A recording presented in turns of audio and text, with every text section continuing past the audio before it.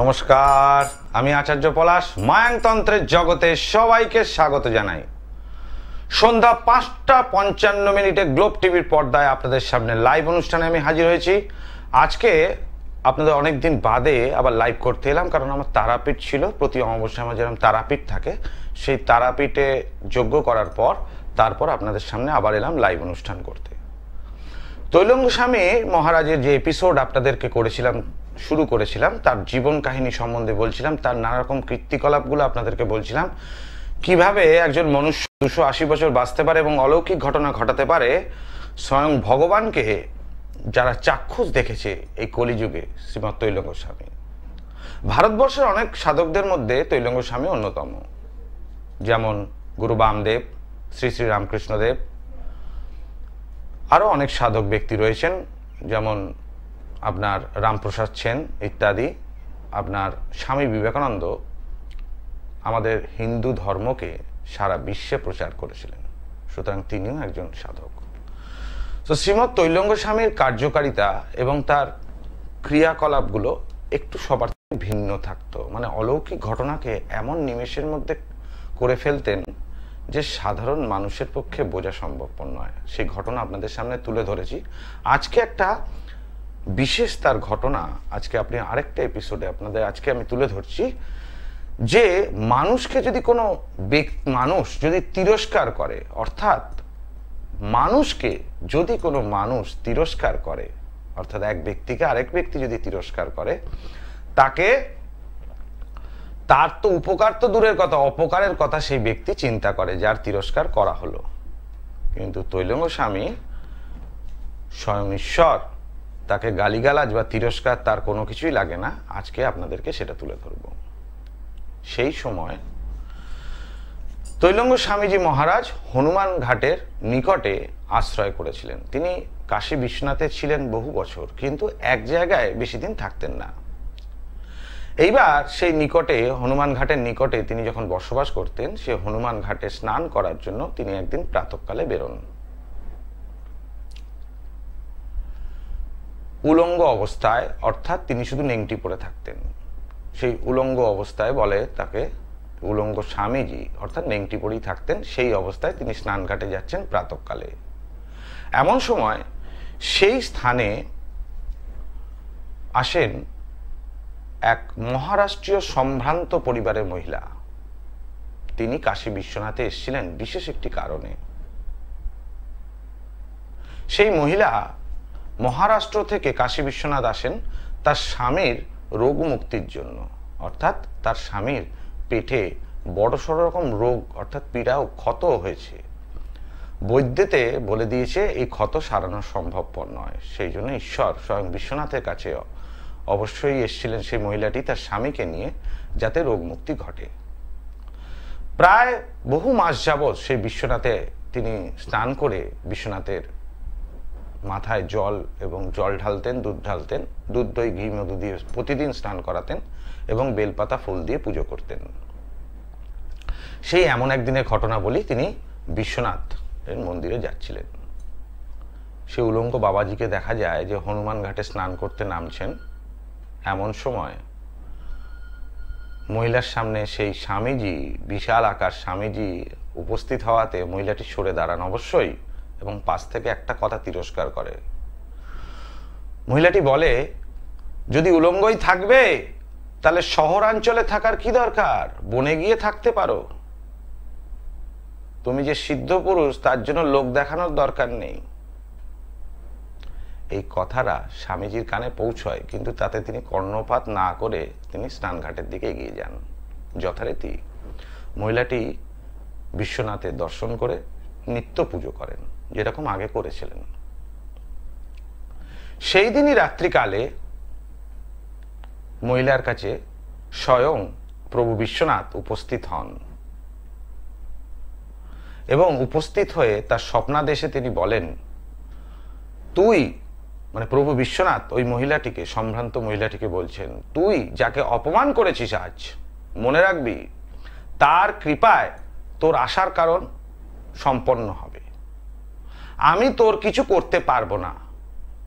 যদি তোর স্বামীর রোগ মুক্তি চাস, তাহলে সেই উলঙ্গ স্বামীর কাছেই তোকে যেতে হবে এবং সেই তোর স্বামীকে সুস্থ করবে, আমি করব না।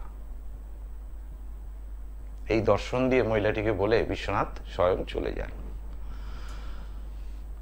মহিলাটি ঘুম ভাঙার পর যে স্বপ্ন তিনি দেখলেন, এরপর তার মনের মধ্যে একটা উৎকণ্ঠা তৈরি হলো, যাকে আজ সকালে অর্থাৎ আগের দিন সকালে অপমান করেছি, আজকে নিজের স্বামীকে নিয়ে তার কাছে কিভাবে যাব।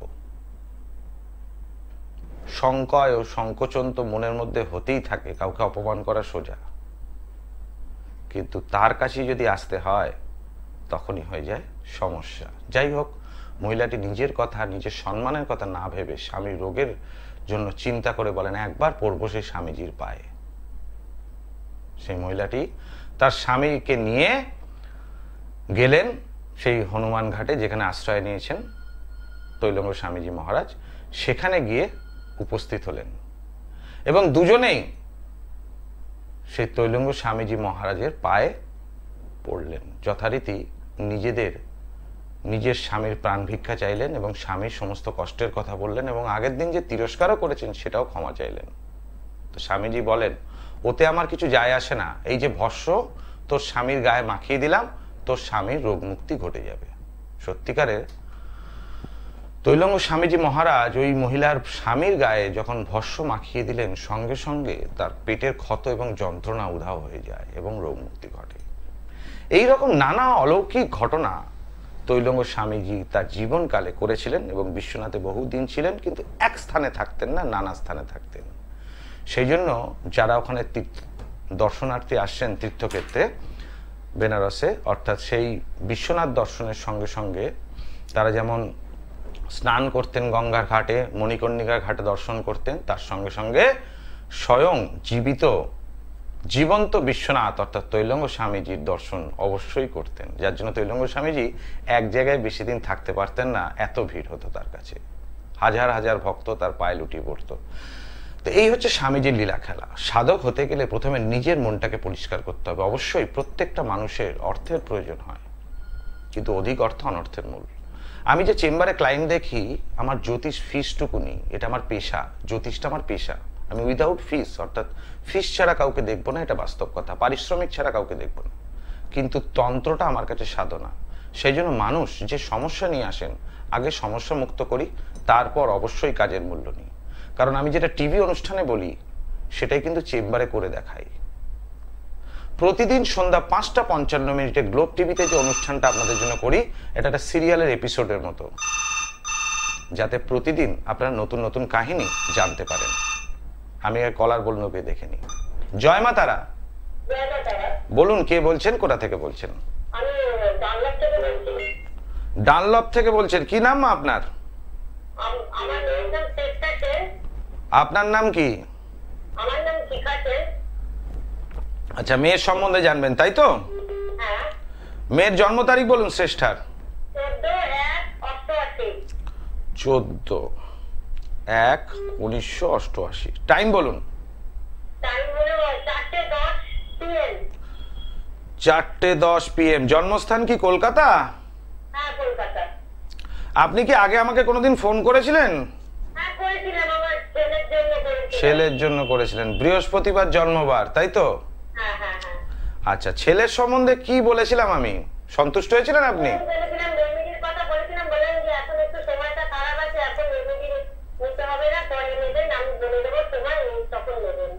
তাহলে মা, আমি কিন্তু মানুষকে উপকার করি তাই তো, অর্থ নিয়ে সবসময় কাজ করি না তাই তো, কি বুঝলেন? আচ্ছা, এবার শ্রেষ্ঠার রাশি। ওর যেটা দেখতে পাচ্ছি মা, এখানে ও রাশি হচ্ছে তুলা রাশি এবং মিথুন লগ্ন তাই তো? নক্ষত্র হচ্ছে বিশাখা নক্ষত্রে জন্ম। এবার প্রশ্ন করুন, ওর কি জানতে ইচ্ছে করছে আপনার? শরীর না কেরিয়ার, কোনটা জানতে চাইছেন? দুটোর মধ্যে একটাকে প্রেফারেন্স দেবো। আপনার মন বলছে কেরিয়ার, আবার শরীর বলছে, মেয়ে চাইছে কেরিয়ার, আপনি চাইছেন শরীর তাই তো? তাহলে কোনটা নিয়ে বলবো? আচ্ছা, 2023 সাল থেকে মেয়ের কিন্তু শারীরিক একটু সমস্যা আসবে। এটা 2024, অর্থাৎ 1 বছর ধরে সমস্যাটা, 1 বছর না হোক 6 মাস ধরে এই সমস্যাটা থাকবে। তুলা রাশি সাপেক্ষে চতুর্থ, হ্যাঁ, প্রেগনেন্সি সম্বন্ধে তুলা রাশি এবং এবং এখানে লগ্ন হচ্ছে আপনার মিথুন লগ্ন হওয়ার কারণে লগ্নপতি বুধ সে অষ্টম ভাবে অবস্থান করাতে জাতিকা দীর্ঘায়ু বলা যায়, অর্থাৎ অনেক দিন আয়ু আছে। যেহেতু বুধ মকরের ওপর অবস্থান করছে এবং শুক্র কুম্ভতে অবস্থান করছে এবং চন্দ্র সাপেক্ষে শুক্র একা কুম্ভতে অবস্থান করছে এবং লগ্ন সাপেক্ষে সেখানে দেখা যাচ্ছে আপনার পঞ্চম ভাবে চন্দ্র রয়েছে, এর থেকে বোঝা যায়, এবং পঞ্চম পতির সাথে রাশি অধিপতির যে মিল হয়েছে তার থেকে বলা যায় প্রেগনেন্সি নিয়ে একটু ডিস্টারবেন্স থাকবে, কিন্তু সন্তান হবে না এটা বলা সম্ভব নয়। হ্যাঁ হবে, ব্লকেজ থাকবে, কিন্তু সেই ব্লকেজটা ক্লিয়ার হলে সন্তান হবে। আর বলুন কি জানার আছে? লাইনে ডিস্টার্ব হচ্ছে মা আপনার? জয় মা তারা, ভালো থাকুন। দর্শক বন্ধু, আমি চেষ্টা করি সবাইকে সঠিক গাইড করতে। সময় যদি খারাপ থাকে, দুটি রাস্তা আপনার কাছে আছে অবশ্যই। একটি রাস্তা হলো সেই ভালো সময় আসা অবধি অপেক্ষা করা, আর দ্বিতীয় হলো কোনোভাবে খারাপ সময়টা প্রতিকার করা। যখন আপনার ভালো সময়, আপনার নৌকো কিন্তু স্রোতের অনুকূলে যাবে, তখন প্রতিকার হলে আরো জোরে ছুটতে পারবে, এটা বাস্তব। আর যখন খারাপ সময়, তখন স্রোত আপনার নৌকার গতিপথের বিরুদ্ধে অর্থাৎ বিপরীতে। সেখানে দুটো রাস্তা, যদি সময়কে মেনে নেন তাহলে হয় সেখানে আপনাকে স্থির থাকতে হবে অথবা পেছনে আসতে হবে, এটাই বাস্তব। সঠিক ব্যক্তি সঠিক প্রতিকার যদি করেন তবে আপনার নৌকো কিন্তু ওই প্রতিকূল অবস্থাতেও এগোবে, বাস্তব কথা। এই যে সাধকদের সম্বন্ধে বলছি, মনে রাখতে হবে ধর্ম 5টা আধারের ওপর নির্ভর করে। মোট 5টা আধার হচ্ছে ধর্মের। এই 5টা আধারের মধ্যে 5 রকম জ্ঞানের ওপর ভিত্তি করে ধর্ম সৃষ্টি হয়। প্রথম আধার হচ্ছে জ্ঞান। জ্ঞান প্রত্যেকটা মানুষের প্রয়োজন। সঠিক জ্ঞান ছাড়া কোনোদিন আপনার বা আপনার নিজস্ব ব্যক্তি স্বাধীনতার মূল্যায়ন হবে না। তারপরেই আসে হচ্ছে ন্যায় বা নীতি। কোনটা ন্যায় কোনটা অন্যায়, এই প্রভেদটাকে আপনাকে জানতে হবে। তারপরে আসে ধৈর্য, অর্থাৎ ধৈর্য আপনাকে ধরে থাকতেই হবে। যে কোনো পরিশ্রম, যে কোনো মাধ্যমে ধৈর্যকে ধরে থাকতেই হবে। আর তারপর আসছে হচ্ছে সমর্পণ, অর্থাৎ নিজের জীবন যখন আপনি মনুষ্য জন্মগ্রহণ করেছেন, কার প্রতি নিজেকে সমর্পণ করবেন। সমর্পণ বলছি না যে সবসময় ঈশ্বরের প্রতি সমর্পণ করা, আপনার পরিবারের প্রতি যদি সমর্পণ করেন, অর্থাৎ আপনার স্ত্রী সন্তানকে নিয়ে যদি ভালো থাকতে চান, এটাই হবে আপনার সমর্পণ। তাদেরকে ভালো রাখার দায়িত্ব আপনার। আবার স্ত্রীগণ যদি তার স্বামী, সন্তান, শাশুড়িগত নিজের বাবা মাকে নিয়ে যদি একসত্ত্বে ভালো থাকতে চান, তাহলে তার সমর্পণ তার প্রতি। যেমন একটা ছোট্ট উদাহরণ দিই, নিজের জীবনকে কিভাবে অতিবাহিত করতে হবে সেই সমর্পণ সব থেকে বড় জিনিস। যেমন বারবার করে আপনাদের একবার নয় বহুবার বলেছি, রামায়ণে হনুমানজি রামচন্দ্রের প্রতি নিজেকে সমর্পণ করেছিলেন। সেই জন্য হনুমানজি সঠিক ন্যায় নীতির দিকে এগোন, এবং যার জন্য তার গলায় মালা পড়ে।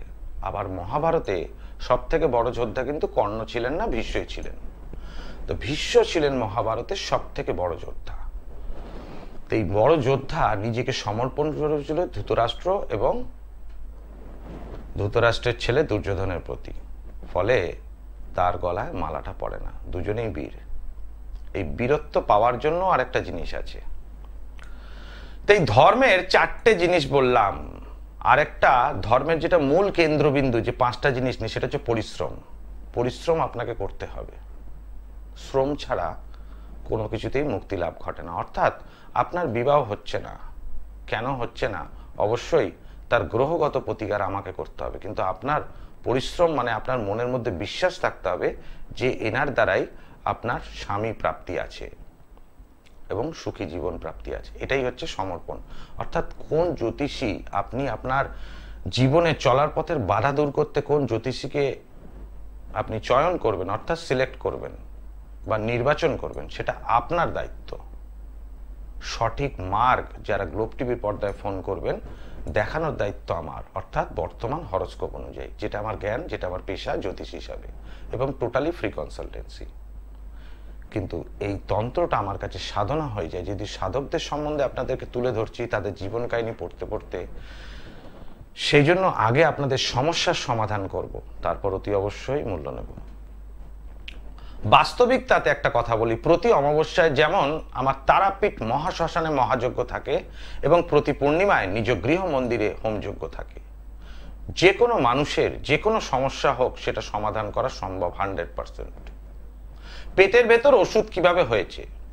সবসময় শরীর খারাপ, পেটে একটা যন্ত্রণা, কনফিডেন্স লেভেল কম, গা হাত পায়ে চিনচিন করছে,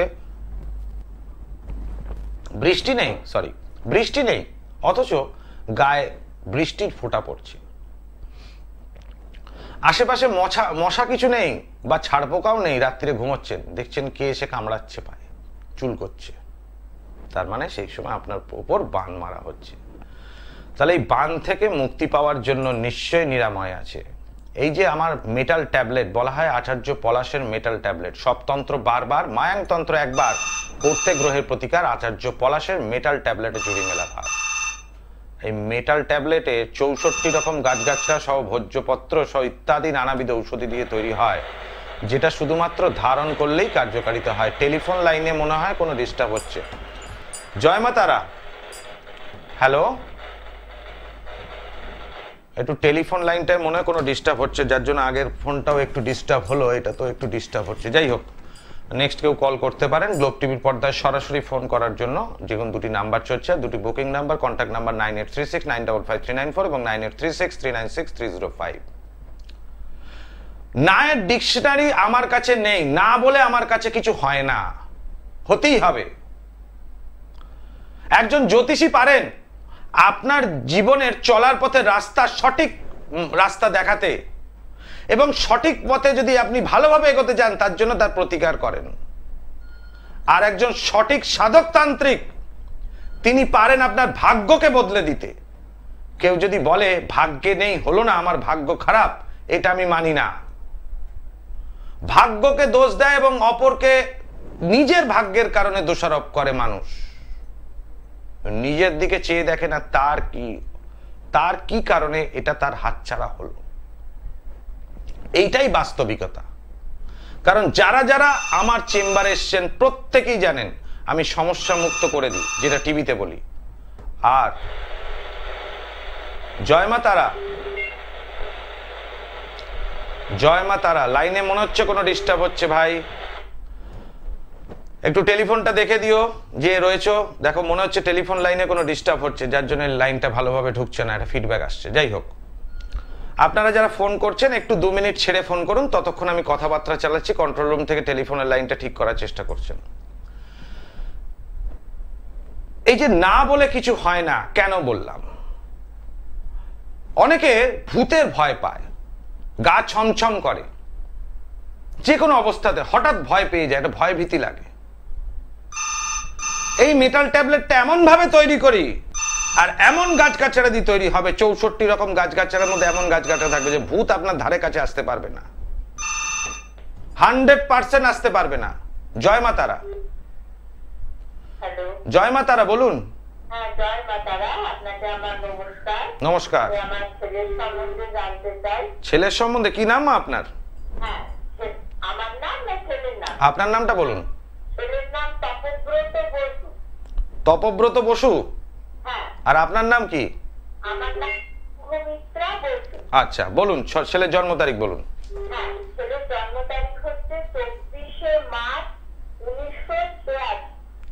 24 মার্চ 1986। টাইমটা বলুন।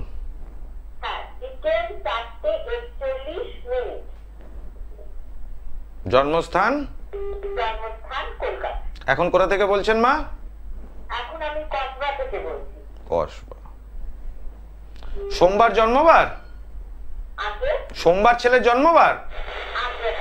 আচ্ছা, ওর যেটা দেখতে পাচ্ছি, ছেলে তো একটু হ্যান্ডসাম, একটু লম্বা নাকি ছেলে, নাকি বেটে? ছেলে একটু হ্যান্ডসাম তো, দেখতে সুন্দর। হ্যালো, আজকে সত্যি লাইনের কোনো ডিস্টার্ব হচ্ছে। যাই হোক, আমি এপিসোডটা নিয়ে নিচ্ছি, আর সময় বেশি নেই, ওই জন্য কল আর দেবেন না। এই যে না বলে কিছু হয় না কেন বললাম, ভূতের ভয় যাদের আছে, এই মেটাল ট্যাবলেট এমন যে ভূতের ভয় চলে যাবে। অনেকের গা হাত পায়ে ব্যথা, গিটে গিটে ব্যথা, তাহলে সে কারণে একটা কবজ এই মেটাল ট্যাবলেটের সঙ্গে সঙ্গে আপনার হেসেলে এমন কিছু জিনিস আছে, অর্থাৎ রান্নাঘরে, সেগুলোকে নিত্য খেতে হয়। আমি বলে দিই, যারা চেম্বারে আসেন, একদম রোগ মুক্তি ঘটবে। যদি আপনার পায়ের নিচে খুব জ্বালা হয়, কেউ ছুঁচ ফোটাচ্ছে মনে হয়, মনে করবেন এগুলোতে কিন্তু বান মারার কাজ। অবশ্যই ডাক্তার দেখিয়েছেন, কোনো রোগ নেই, অথচ শরীরে ব্যথা। মনে রাখতে হবে কেউ বান মেরে আপনাকে ক্ষতি করছে। তাহলে এই অবস্থায় প্রত্যেকটা মানুষ আমার কাছে এসে উপকার পান, একজনও বলতে পারবেন না আমার কাছে এসে উপকার পাননি। তার কারণ আমি মানুষের সমস্যার সমাধান আগে করি, অতি অবশ্যই করি, এবং আমার দেওয়া জিনিস দিয়ে যারা যারা এসছেন ভালো আছেন। আমি চাইবো আপনারা ভালো থাকুন। এই যে স্বামী স্ত্রীর মধ্যে তৃতীয় ব্যক্তির প্রবেশ, সেই তৃতীয় ব্যক্তিকে উৎখাত করতে গেলে কি ক্রিয়া আছে? সেখানে বিদ্বেষণ না সম্পর্কের উচ্চাটন করতে হবে। তার সাথে স্বামী স্ত্রীর মধ্যে আকর্ষণ বশীকরণ করার জন্য এই যে মেটাল ট্যাবলেটটা দেওয়া হয়, তাহলে সেই বশীকরণের জন্য যে প্রয়োজন গাছগাছরা, যার জন্য আপনার স্ত্রী আপনার কাছে চলে আসবে, সে গন্ধে গন্ধে। আপনার ঘামের গন্ধ যে স্ত্রীর দুদিন আগে খারাপ লাগতো, দুদিন পরে ভালো লাগবে। স্ত্রীর ক্ষেত্রেও তাই।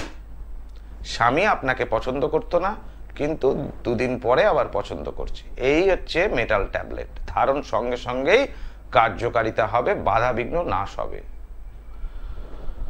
সমস্যা যত বড়ই হোক না কেন, সে ধারণ ছাড়া প্রতিকার করা সম্ভব। এই যে যজ্ঞে দেখতে পাচ্ছেন আপনারা সাইড স্ক্রিনে, এই যজ্ঞে কিন্তু ধারণ ছাড়া প্রতিকার সম্ভব।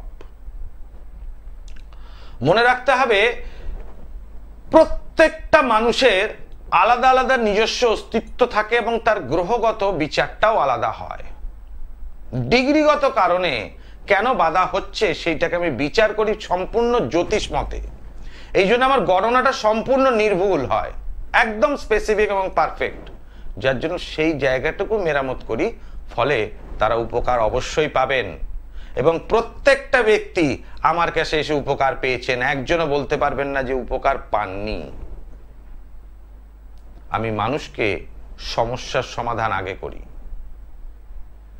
এখন বর্তমান ইউটিউব এবং ফেসবুকের যুগে হয়েছে অনেক ফেক প্রোফাইল আছে, সব নয় কিন্তু অনেক। আমারও ইউটিউব ফেসবুক চ্যানেল রয়েছে, আপনারা টিভিতে দেখতে পাচ্ছেন আমার নিজস্ব। তো গ্লোব টিভির অনুষ্ঠানও সেখানে দেখানো হয়, গ্লোব টিভির নিজস্ব ইউটিউব প্ল্যাটফর্ম রয়েছে, কিন্তু সব কটা ফেক হয় না, বেশিরভাগ ফেক। একাধিক রকম টোটকা আপনাদেরকে করতে বলছে নেগেটিভ, বাড়িতে নেগেটিভিটি দূর করার জন্য, রোগ মুক্তির জন্য, অথচ সেই জিনিসগুলো আপনারা খেয়ে দিয়ে দেখলেন কাজের কাজ কিছু হলো না, তার কিছুদিন পরে অন্য রোগ আপনাকে ধরে নেবে। এলাচ খেলে কি হয় আগে জানতে হবে। এই এলাচের সঙ্গে যদি লবঙ্গ খাওয়া যায় তাহলে কি হবে? আবার সেই এলাচের সঙ্গে যদি সুপুরি খাওয়া যায় তাহলে কি হবে?